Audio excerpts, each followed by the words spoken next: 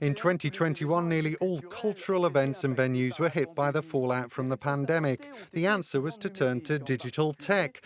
Fashion and the art world in particular witnessed major technological and ethical transformations. Let's take a look at what was a very special year for culture. The year began badly for European theatres, museums and galleries. All were forced to shut, with the exception of Madrid. Whether it was London, Paris, Rome, Berlin, Athens or Amsterdam, most cultural venues weren't open to the public until spring, and even then strict health and safety measures remained in place.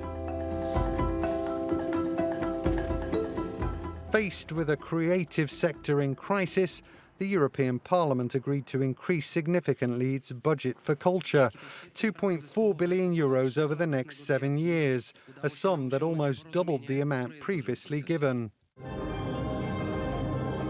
That extra support was clear recognition of the important role Europe's creative sector plays, both economically and socially. For the fashion world, the pandemic has only accelerated change. Taxed as a polluting industry, particularly during fashion weeks, the ready-to-wear and haute couture sector was forced to reinvent itself, most notably by offering virtual shows. In September, the Milan, New York and Paris fashion weeks resumed for only a limited period, while this winter's shows face the prospect of being compromised by a new wave of COVID.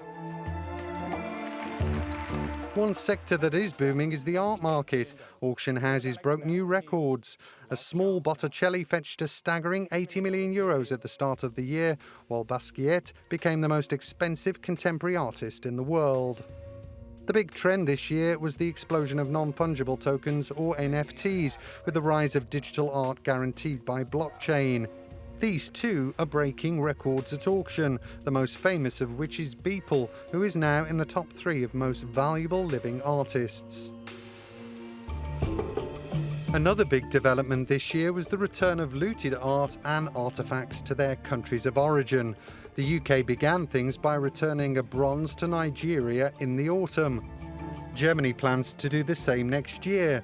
And France, in the presence of President Macron, handed back 26 ancient treasures to Benin, plundered from Africa more than 100 years ago.